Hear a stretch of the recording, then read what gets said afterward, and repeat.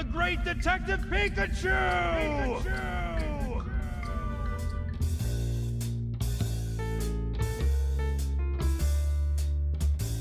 Pika!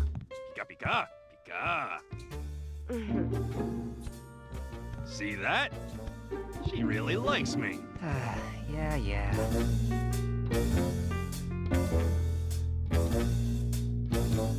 Hello there, and welcome to our small, smoky office, slashed through by beams of light coming through wood shutters and casting contrasting shadows all over the entire office.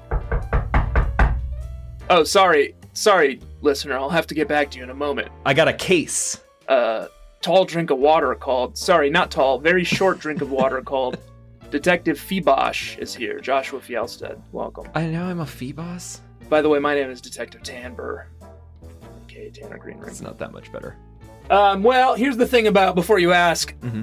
won't I be able to evolve into a beautiful melodic someday? No, not you, because it's a beauty evolution. You have to have high beauty. You don't think I have high beauty? I think if you had high beauty, you wouldn't be a Feebosh. I could use a haircut and maybe a shave, but Anyway, I'm a gruff detective. I don't want to look all clean cut. I'm a human man detective Right, canonically. named Detective Tanner Greenring, and I have this sidekick Feebosh detective Pokemon Okay. who is unusually helpful, Okay. I would say. Well, thank you. I thought you were Tanber. I'm very confused who's a human and who's a Pokemon. I think in the sort of like loose kind of structure of the intro for this 3-episode arc that we're already spending way too much time talking about, Yeah, we can't really invest this much time in it. the nicknames for me don't persist past the nickname segment, Okay, got it. but the nickname for you becomes the Pokemon detective sidekick that you are for that week. Okay, so I'm Feebosh this week. That's an upgrade from Floette, I think. Is it? Yeah. I like its handle. Makes it easier to carry you around.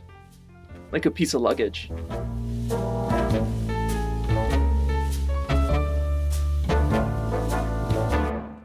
What's the case this week? Well, our case continues to be sort of studying the bigger philosophical questions about the Pokemon universe, some of the characters that inhabit the Pokemon universe, thinking about our place in the Pokemon universe, certainly, and our impact on it. Mm-hmm. But we are carefully tracking the work of gumshoe detective Tim Human in Ryme City. That's right. He's trying to solve the... they keep calling it a disappearance of his father, but this week we got a little more intel, and apparently his father drove off a cliff and hasn't been seen since. That's what we find out from Carlos being interrogated, right? The crooked scientist. Yeah. So I'm starting to think that we can maybe close this case. I'm thinking he died in a car accident. But Carlos revealed that it wasn't necessarily a driver's mistake and that perhaps Harry was actually attacked by the mysterious person who was funding Carlos's research into R. Research. Knowing too much. Sorry, that makes it sound like a pirate. It's not a pirate thing. It's like R like rocket. That was last season. No pirates now.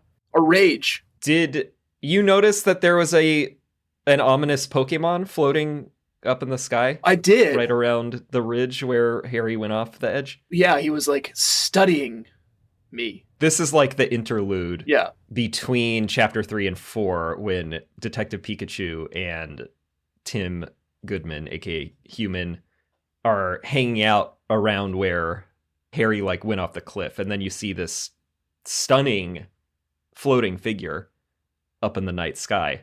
Mm-hmm. Mewtwo. Yeah, it's interesting that there's a mysterious person involved, and then there's this mysterious Pokemon here. We later learned that Mewtwo's cells were harvested in the creation of R. Right. And like mistakenly... Well, we're getting ahead. We're getting ahead. Sorry. We're showing you the big board full of red strings a little too early this week. Let's take a step back because I got news for you, Josh. What's that? It's Carnival! Carnival. Pokémon Carnival. Pokémon Carnival is here at Ryme City. At least someone's happy today. What's with Ludicolo? Yeah, I don't know. Seems happier than usual, right? Pokémon Carnival? What is that? A carnival?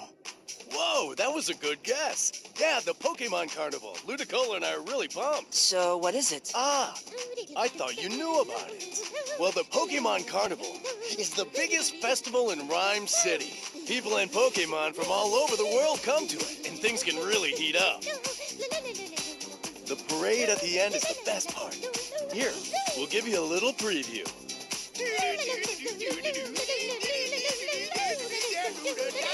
Somehow that performance doesn't quite sell it for me.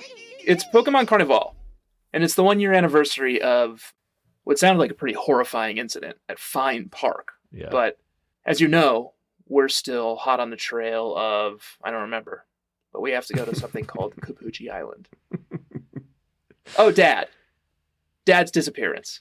Yeah. It's all coming back to me now. Cappucci Island is home to the infamous Dr. Wall, a retired scientist who developed the chemical R that's infuriating all these Pokemon. That's right. So we're going to go confront him on his island home. Dr. Moreau. Is that it? Who was that crazy scientist who lived out on an island? It's like that old movie. Yeah, he's like crossbred animals or like sewed them together. Yeah. Yeah. Zavago? No, it wasn't Dr. Zhivago. It was Dr. What was the first one you said? Whatever I said? Moreau? Yeah, it was Dr. Moreau. The island of Dr. Moreau? Yeah. That's it. Dr. Zhivago's like a Russian Holocaust story. God, I remember watching Dr. Moreau when I was a kid somehow, and I was extremely disturbed. And I'm seeing now that it's not particularly well regarded. Oh, is it not? Is it Val Kilmer?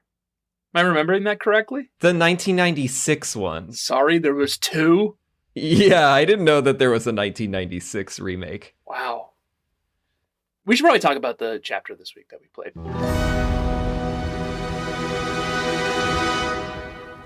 Here we are, the island of Cappucci, not Moreau.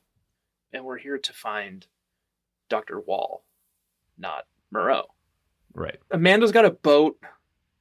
She's like, hop in. So we just get in Amanda's boat and cruise out to Cappucci Island. She's a certified boat operator, a captain. Amanda is the captain now.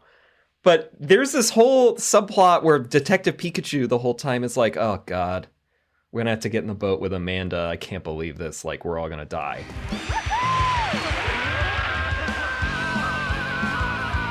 Doesn't this feel fantastic? This boat has 400 horsepower, you know? I can feel that! This is what I was worried about. Come on, Tim. Can't you tell her to slow it down? Pika! It sounds like Pikachu's having a good time. Implying that she's like a very bad driver. I was just curious, is this subjective or is it objective that Amanda's bad at driving? And I'm still on the case of whether or not Detective Pikachu is a misogynist. But here's my concern. I don't know where this game is headed, and I will next week, because we're finishing next week. Right. But I have a hunch that Detective Pikachu may end up being someone pretty dear to Tim Human. Uh-huh. Based on just sort of some patterns I'm seeing in the game, and also the fact that it happened in the movie that way. Yeah, and there have been some pretty interesting interactions between Detective Pikachu and Amanda in particular, if you recall last week, where Amanda said that she would not talk about Harry to Tim, his son. Yeah. Right. Here's my worry. The character of Detective Pikachu, should it come to be someone who's very important to the plot of the game and Tim Human, I'm not sure they've enchanted me enough with his sort of like casual misogyny and just like general gruffness. No, I haven't particularly either. I'll be curious to see how that resolves, I guess, next week. And again, it's just sort of, I'm going off impulse here. So we'll see what happens. You've got that real natural detective sense. I'm telling you. Here we are, Cappucci Island, a lovely little place. It's sort of, it's like a city simulator game. I'm back on island time. Yeah, it's sort of an experimental community run by Timbers. Timber Transport. Who kind of network across the island. It's very Bezos. Kind of solving all these supply line issues. In this case, Louise is Bezos, I think. I think Louise is Bezos. Yeah. The girl boss, entrepreneur. And notably, the villain of this entire section. Oh, okay. All right, well, I don't know why they would keep listening. They already know this. We got 3 of these fucking sections to cover, Joshua. Yeah, she's a developer, and she's trying to buy Dr. Waals' house. He's at the end of the row. There's 4 houses in this town, on the main drag at least, and we find out that she wants to redevelop his property into a resort or something. It's lovely out here, and I get the instinct. So we meet the local inhabitants. First, after getting off the boat, we run into a ducklet that's struggling. But not struggling. There's a lot of injured Pokemon on this island. Yes. But you ruined my transition. Sorry, go ahead. Take another approach. Swing around, take another approach. The ducklet is struggling, but it is not struggling to be Joshy's sweetie.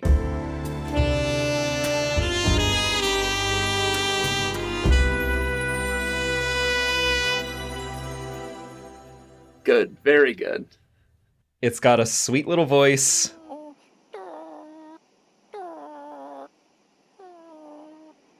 Something's wrong with that Pokemon. No, I think it's injured. Hey, are you all right? We need to get it some help. Hey, what are you doing? What? Get away from Ducklet!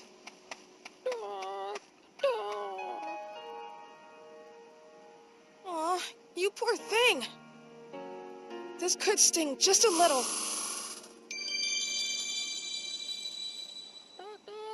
There you go. All better. Another one injured. That's really weird. You saved it. I mean, it's a fucking little duck. I mean, what? I love it. Obviously. It's injured. It's got this sort of like injured baby kind of look to it. So it's easy to fall in love with. It is nursed back to health by a potion. A ranger. A Pokemon Ranger comes out of nowhere. Aspirational, I would say. Some healing spray on it. I don't know if he's qualified, credentialed. Well, let's talk about him. I just want to quickly finish up on Ducklet, though, because I want to give you space to say what you love about Ducklet, but I also just want to say, in relation to Quaquaval, yeah, Ducklet really got robbed from that line. Yeah, man. Like, there was already a little cute blue duck, and then they're just like, let's just make a new cute blue duck that's a starter. And also, its final evolution is, like, really cool looking, and not a swan. Oh, and not like a goose in a bra. Yeah. Yeah, exactly. I don't know if I would say Quaquaval's really cool looking. I think it's pretty cool looking. Okay. Am I going to come to regret that by the time we get to Scarlet Violet? Maybe. Yeah. I'm not making it a sweetie or anything. I will reserve judgment. That's not our place yet. We're two generations away from that. But was Ducklet robbed? Yes. We can agree. Ranger Danger!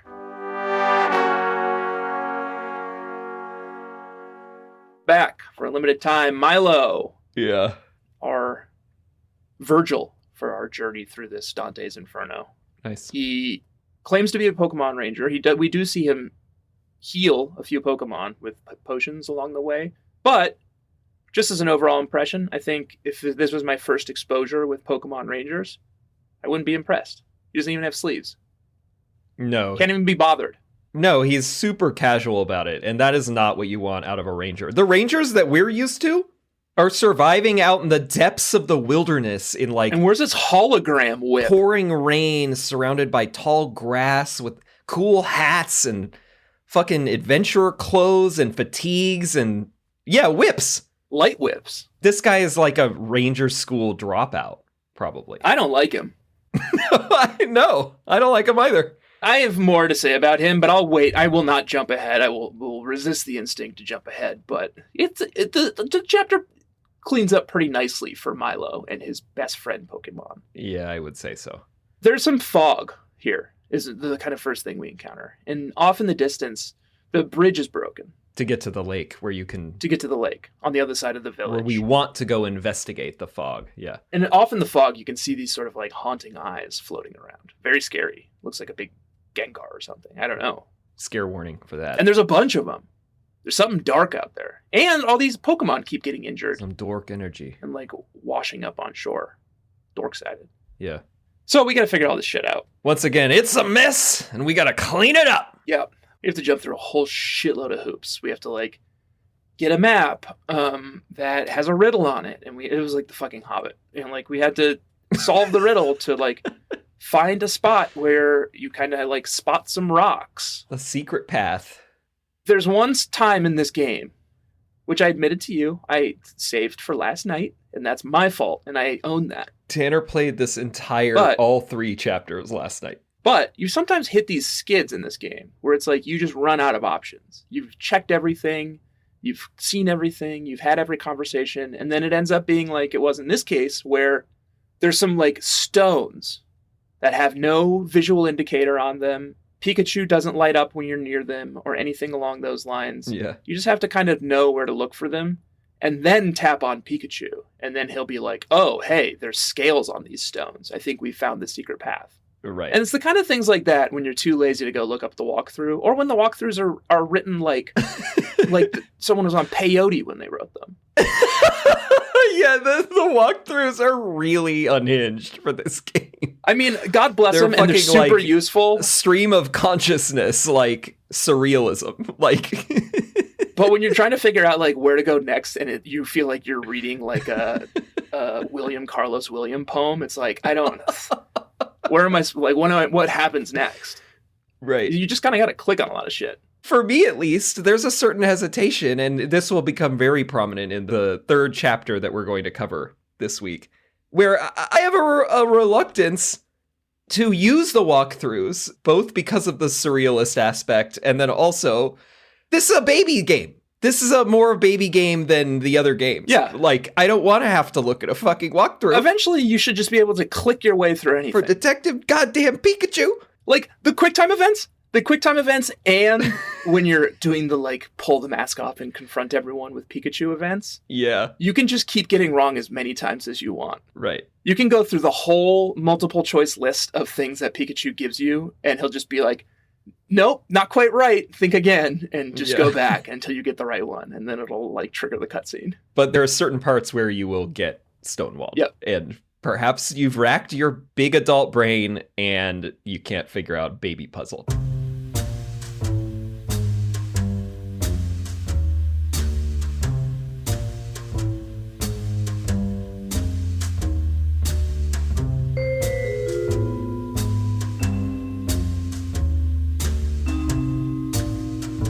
Turns out we're not the only operation in town this week, because there's this guy here who's my investigator danger, and I'm floating that. Oh, the crooked cop? Yeah, Brad.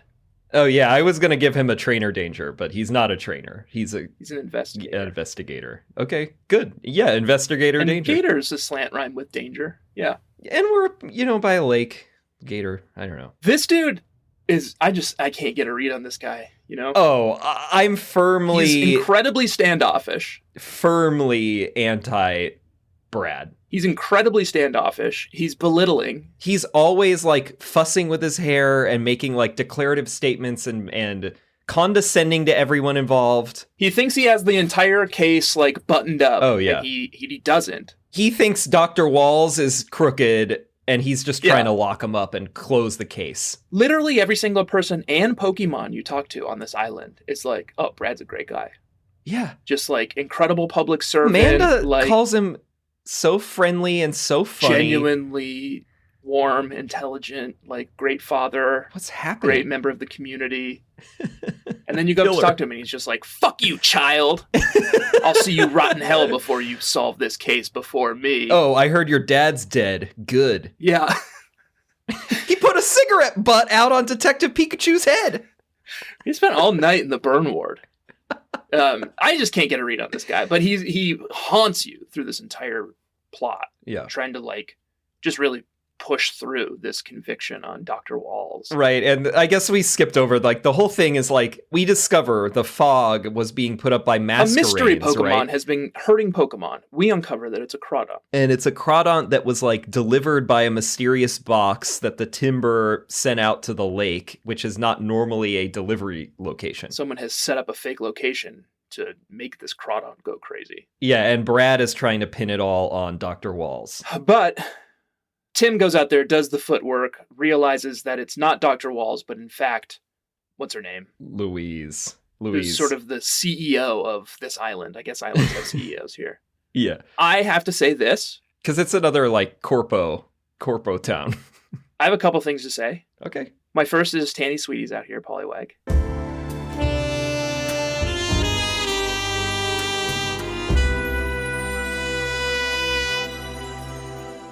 Yeah, in fact, I almost made Poliwag Joshies, too. They're really great. They're like, Polly. Yeah, love them.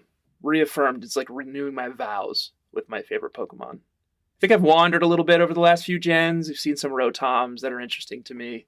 Mm-hmm. But it's nice to be back home, you know? Oh, yeah. Bad guy shit.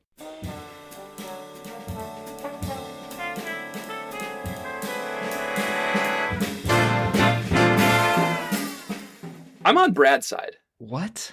At the end, when like you're pitching the two stories and Brad is like, I'm a detective, I did a bunch of detective work, here's the guy who developed R, here's a bunch of crazed Pokemon that are crazed off R, and we found evidence from his house on the scene of the crime. Uh-huh. Like it's like Occam Razors. And then Tim comes in and he's like, no, here's what happened. A sticker was put on another sticker to confuse some timbers to bring a box with a Crawdon out to a tumbled down statue so that it would start hurting Pokemon and depreciating land values. And a bunch of Masquerains came in and made it foggy. And that's when I showed up. Right. I'm on Brad's side. It's a little too convoluted for you. Sure, Tim was right. Right. But come on. You would rather just close the case and just lock up whoever? I think if Tim wasn't so lucky in getting some of the evidence that he did, right, I think Brad's lead are the best we have to go off of. Well, and this guy's career is ruined, probably. Probably. Yeah, I'd be embarrassed. Some kid just figured it out. Or adult. It's hard to say. Like, once again, they just can't seem to quite understand I don't know, 16. How old Tim is. Yeah, and with the smooth animation everybody has, I don't really know how old anyone is. Except there is one man who's on the strip in Cappuccino Island who is identified as the old man, and he sits out front of his house the whole time, and you have to get testimony from everyone at one point about deliveries that they received, because we're trying to figure out where the missing delivery that ended up being rerouted to the lake is from. Yeah. And you talk to this old man and he says, oh yeah, last week I got 3 packages, a camera and a tripod and whatnot. Oh yeah. What the hell is whatnot? Well, I'll tell you one other thing. Bombs? Dildos? His little placard. Yeah. Because the Timbers work off like this networking system where they go and deliver packages to Shapes. Yeah. His little placard has been like X'd out and removed from the network. Whoa. Did you notice that? I didn't notice that. Whatever it was like, he's blacklisted. Wow. That's a real trainer danger. That's a stranger danger, maybe. Yeah. So, case closed. Case closed. Lock her up. Lock her up. Yeah, lock her up. And then we're on to the Hi-Hat Cafe. There's this poor woman who's always in here. Yeah, who I always go up and ask the same 2 questions. And it's like, what do you think about the recent incidents? And like, how do you like the Hi-Hat Cafe? Right. And every time she has a new answer for me, but it's like, I imagine she's got to be pestered by all of this. No, but why doesn't she like get out of here? Why is she always here? Does maybe she she's have a into problem? me. I mean, maybe she's into Tim. Sure. I think that would be okay, but I have no idea. Yeah, could be. Might be totally fine. We get this little like aperitif of a case at this point. Case number 5 is Fine Park.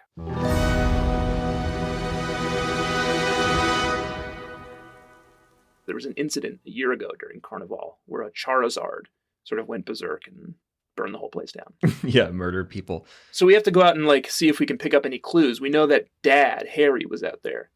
So now it's our job to go out and sort of pick up the trail where he left off. It's really short, which is nice. Yeah, this one is a little bit of a respite. And it's exclusively Pokemon, which is also nice. Yeah, that's true. And it's incredibly heavy. It's like all about like processing trauma and like loss. Yeah. Loneliness. And like it's all tied up with like Tim trying to find his father too. And this like Charizard that everyone looked up to who's like snapped and like became a husk of himself. Yeah, the Charizard here was the pillar of the community. Yeah. He was the protector. They all liked him, all these Pokemon. But this whole place is abandoned now and like half burned down. It's like that Six Flags in Louisiana that's like been there since Katrina. Yeah. It's all abandoned. You can wander around and talk to all these Pokemon. There's some pretty funny ones here. There's an Alakazam who's like also here doing an investigation, I think. Just like his own sort of like private Pokemon investigation. Yeah, I could see that. He said that at one point.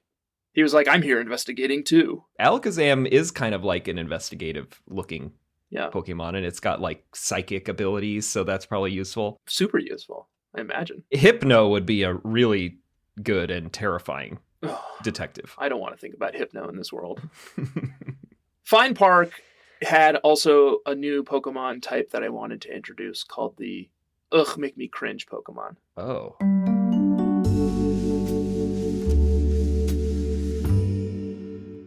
And I usually don't like cringe stuff. And I don't like being like cringe. You know? Cringing.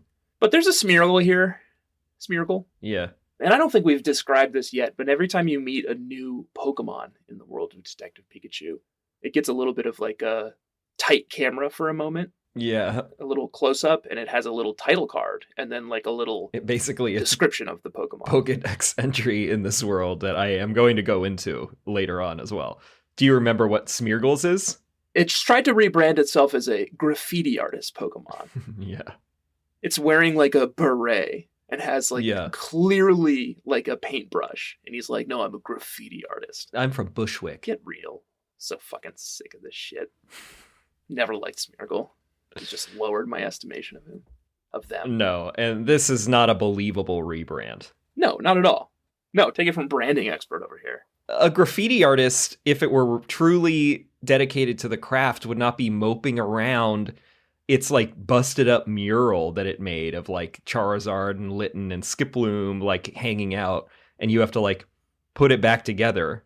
The Smeargle would have like used that traumatic experience and translated it into even more beautiful, challenging art, you know? Yeah, you should check out some pretty interesting work by a guy called Banksy. Might enlighten him a little bit on how real art is made. Smeargle needs some culture. The case to be solved here is just what happened to Charizard. And it involves interviewing everyone, including a Baniri who has gotten trapped at the top of a Ferris wheel that you have to use a series of Joltics to manipulate to get down. Because there's a Heliolisk that I guess, because it's like buds with the Baniri, will channel electricity to like let the Baniri go up there, and then something goes wrong with the wiring. This is what happens when you do that like Urbex stuff, you know? You get hurt. Yeah. You gotta be careful with that. Yeah. We discovered that I don't think learned much. We just learned that Charizard snapped. And we eventually learned. We learned in the next chapter what happened. So we may as well just get to the next chapter. Yeah, you learned that the Charizard was like this super chill guy, and then randomly when they're literally a pillar of the community doing the parade, it just gets totally unhinged and like terrorizes everyone. The mural that you complete is like Charizard like carrying a Litten surrounded by like gleeful Skipblooms, you know? Yeah. It's really like the Mr. Rogers of this entire timeline. Yeah. And now he's a murdering rampager. Yeah, and I think he's locked up too. He's fled. Yeah. Or been taken down. I don't know how they deal with criminal Pokemon. Right, it's probably killed. R.I.P. Rest in petals. I bet there was an interstitial, but I don't remember what it was. So let's just go to Chapter 6, GNN. After this break. Got him. Book 'em, boys.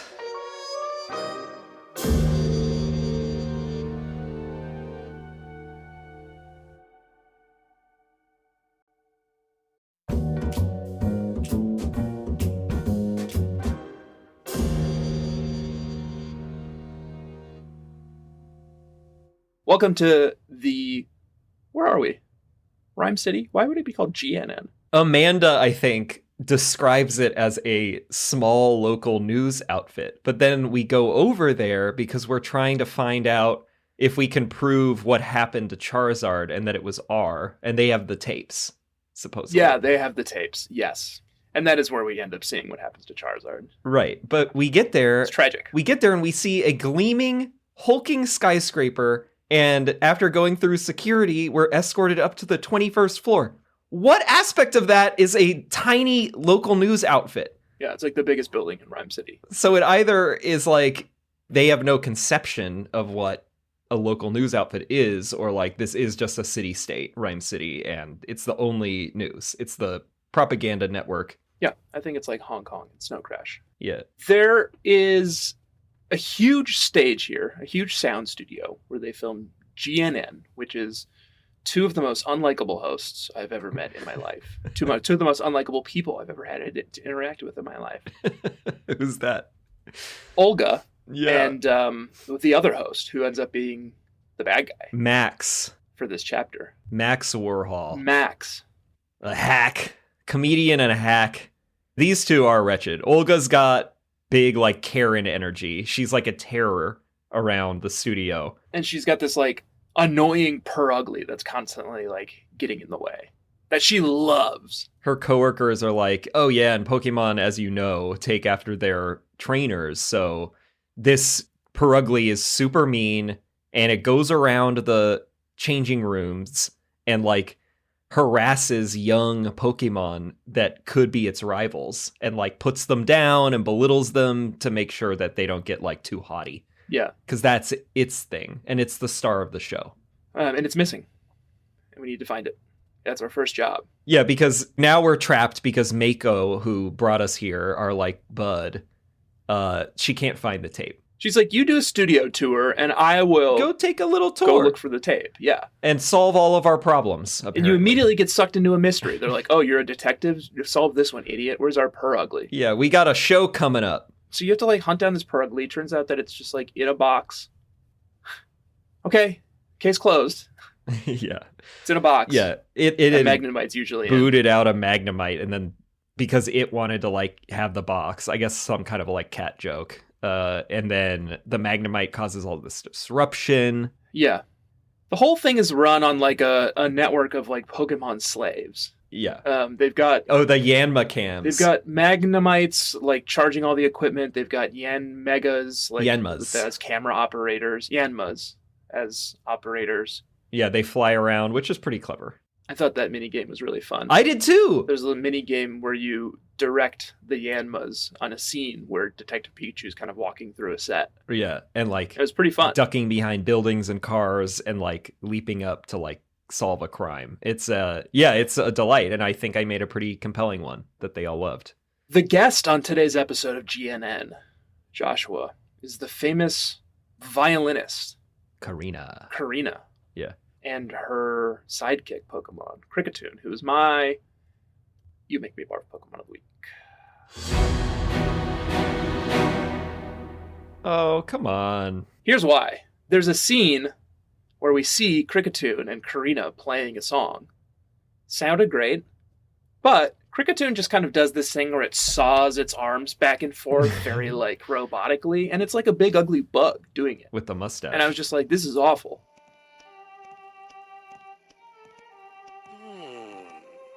Where's that music coming from? Oh. In here?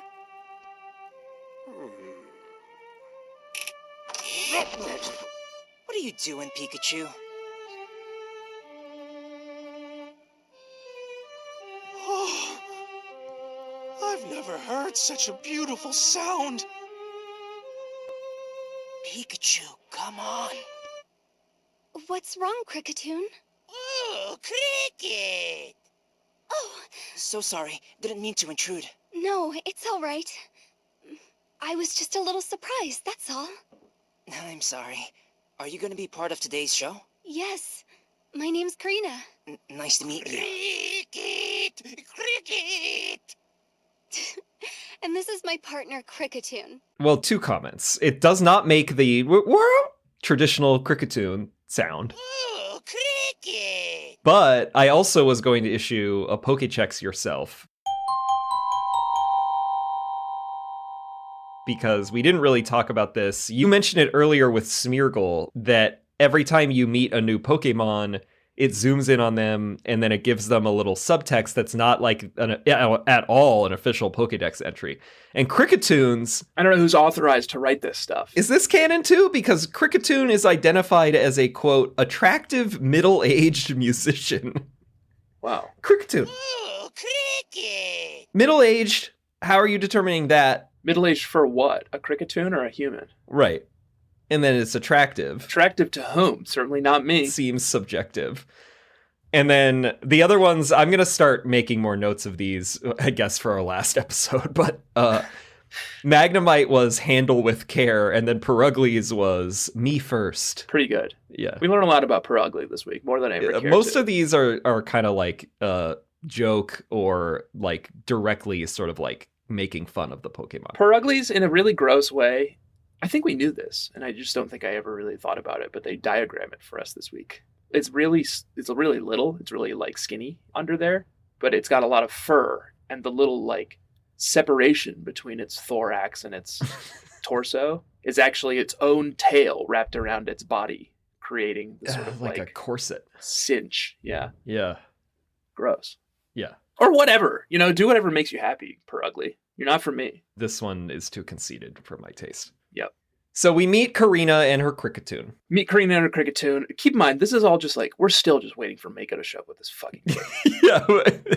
We're just a dude. We're just here, We're not getting paid for any of this. Yeah, I have no idea how I'm making any money. Tim is like an intern. Not even. He's not even really. Like, it wasn't until this week that you were, like, invited to sit down at the office. Oh, right, because he was PCL's intern. He's not showing up to work, I guess, after locking up. Done with that. Locking up one of their scientists. Gets him fired, presumably. But yeah, we're here, and it turns out that this famous violinist is going to play on the episode today. We get to watch the dress rehearsal. Lucky us. What a delight. Right after the performance, the rehearsal, which brought Detective Pikachu to tears. Yeah, literally. Cracked his stony heart.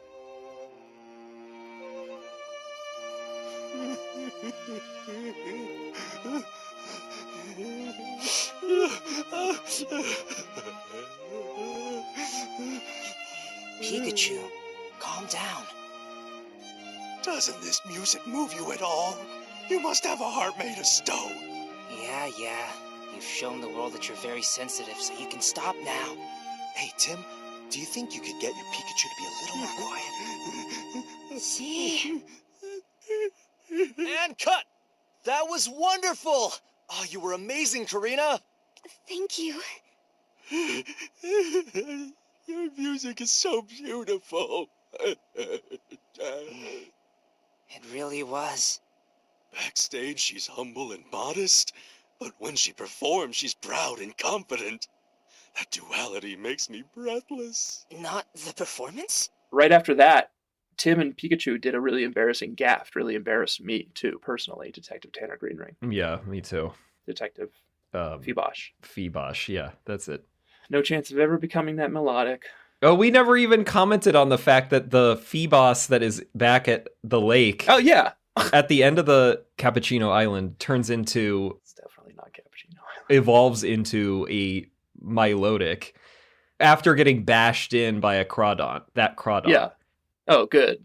So you made his best friend Milo. You made the Milotic's best friend Milo. Good job, Pokemon Come Company. on. Get your shit together. Give us something we can use. Read some Joseph Campbell.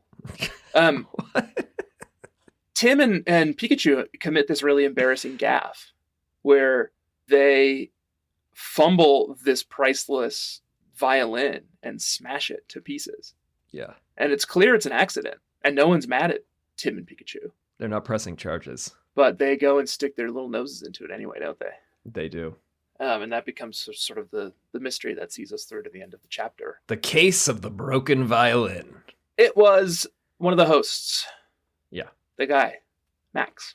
He did it. He replaced the priceless violin with a replica and had the replica smashed so that he could sell the actual violin. Victimless crime, as far as I'm concerned. And something that the insurance companies would have just eaten. And honestly, everyone probably would have been fine. Sorry, I'm coming down so hard. Well, other than Karina, whose priceless like violin that was signed by her grandfather who built it is destroyed. That would be, yes, or is that would be sold on the black unfortunate. market or whatever. I'll admit that would be unfortunate. She would lose that connection to her grandfather. Right. She would get a whole new violin, probably top of the line. I'm sure she's really well insured. Well, sure. So you're like bad guy shit. Like Guess you want so to this take week. the Just side of feeling Max, like who he's just trying to pay off his debts, like his gambling debts or something. Just feeling it. Everyone's got a story, man. He thinks that he's about to get canned. Yep. So he stages this whole thing because he needs to sell that violin in order to pay off his debts. His chat tot does him in. His chat's hot because like a parrot, it repeats, that's his act. It's like a ventriloquist act, basically, but with a chatot. You knock, you whistle, you click your tongue, and chatot says and does different things. Yeah. And sometimes the things it says results in you going to prison. Yeah. Because he learned how to imitate Olivia, and Max used that power to implicate Olivia in the crime of Olga? missing. Olga, sorry. Yeah. Olga.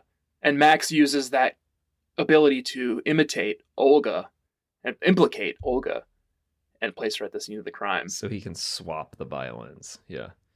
And then Keith gets dragged into this, who's like a cameraman.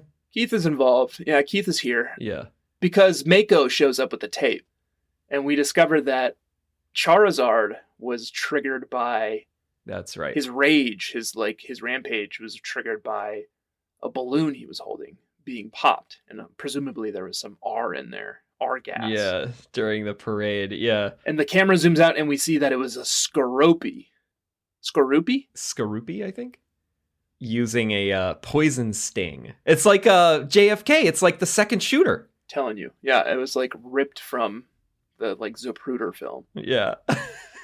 And we see that the Skorupi is under the command of camera operator or like somebody, some nobody at GNN. Some staffer, Keith, yeah. And then we're like, well, that's weird. And then we walk out of the hallway and Keith's literally running away. And we're like, okay, I guess God, he's a bad we guy. had to chase him down. God, I can't believe all this happened. We were trapped on this 21st floor for just so long. I couldn't find my way out of Karina's room for a really long time because you had to go into every dressing room and like ask them questions. And this is, as Tanner was talking about earlier, we're like, there's no guidance at a certain point. Like I had checked all their little dialogue boxes, her and Cricketoon, and then every time I'd go to the door to try to get out, Detective Pikachu would be like, hold on, like, I think Karina's got more to say. And then you go over and talk to Karina, and she just says the same shit. She's like, what? And then it took me like 5 minutes before I realized that right up in the foreground, it's because I needed to like look at, not talk to Karina, look at the broken violin, which is where you see that it doesn't have the inscription. Which is only vaguely implied in the conversation that leads up to that. Yeah. You know, she mentioned, she's like, oh, my violin, like, it's so precious to me because it was inscribed by my grandfather, and like now that's lost. So that connection is lost forever, you know? Yeah. So it's like, I guess you're just supposed to figure out that you need to go out of your way to approach this violin and click on it. Yeah. I think I got lucky. So, case closed. Case closed. We do catch Keith, and I think this is where we see Mewtwo once again floating over us being like, good job, Tim. Or, he's making more progress than I wanted. No, I thought that this is where he says like, it seems that the Pikachu is holding up its end of the bargain or something. Yes, that's right. And we don't know what the hell that means. Yeah, Detective Pikachu seems somehow tied in with this Mewtwo, which makes sense. It's got this pretty unusual ability to presumably psychically communicate with Tim Human, since no one else can hear it. Yeah, so the Mewtwo is like, oh, this is interesting. Lots for us to talk about. Nobody else ever gets to talk to me. We'll figure that out next week, Detective Feebosh. Yes, we will. In the meantime, feel good about cleaning up the mean streets of Ryme City today. I don't know about you. I think we threw a lot of really bad people behind bars. Some really hardened criminals, yeah. Yeah. Those streets are getting cleaner and cleaner every week. Yeah, and I'm really excited about Carnival. Me too. I'm going to get wild during Pokémon Carnival. Get rip shit. Detective Feebosh and Bugshoes, should we call him, during the Detective Pikachu episodes? It's like gumshoes and bug catchers combined. Bugshoes, yeah. I mean, okay, you figured it out at the end of the second episode of 3 Detective episodes. Feebosh, Bugshoes. thanks for joining us this week. A few cases open and shut. Yeah. But now we've got a blank slate, a blank docket. So we're going to probably just go hit the bar. Drown these worries. Kill these demons. Chase them away. There's a speakeasy in the back of that hi-hat cafe. Yeah. And they brew all the liquor inside of shuckles. It's so gross. Yeah, but man, It'll get you fucking lifted. that's some primo stuff. Joshua, people can rate and review the show on And Apple. Can and should. Apple Music. Is that what it's called? Apple Podcasts. Podcasts now. It's different apps now, Tanner. Apple Podcasts. And should do that. Mhm. And recommend the show to a friend, especially if that friend likes Detective Pikachu. They can just hop in here. Just do 3 episodes if they want, in and out. Yeah. And hopefully you're playing along, but if not, like we said, you could just throw it on YouTube, put that thing on 1.5 speed, and you can just play right along. You'll get the gist. Yeah. Please do follow us at EXPSharePod on Twitter and Instagram. Please do prepare yourselves because we're 2 short episodes away from starting. Let's go. Well, now we're only one episode away. after this. Oh my God. From starting Let's Go Pikachu and Let's Go Eevee. Back to Kanto. So get your carts ready and your Switches ready, and welcome to the new gen and the new system. Well, it's still the same gen for some reason. Debatable. Yes, we will be playing a classic style 9-episode run, just like our first season. Yep, and I think we're probably going to think up some pretty wild rules to play along with. We will be doing something. We've played Gen 1 remakes how many times now? Oh my God. Including the 3? The epilogue of Gen 2? 3, 4? Many times. So we're going to do something interesting. We hope that you will join us. It's so easy because its carts are digital download. I mean, Switch. You all got Switches. Come on. You'll get your Switch right now and download it. Yeah. On the eShop. And in the meantime, you can also follow our subreddit, reddit.com/r/bugcatchers, or I guess Bugshoes. You know what else we can do? Sorry. Bugshoes. Hopping back for a second. We can finally fucking battle these people online. Oh, yeah. We're really going to be out there and loving every minute of it. Exposed, yeah. Well, they still use that friend code crap. So expect that. Certainly expect that. Case closed. Episode closed. Joshua. Bugshoes. Alola. Alola. Smell you later.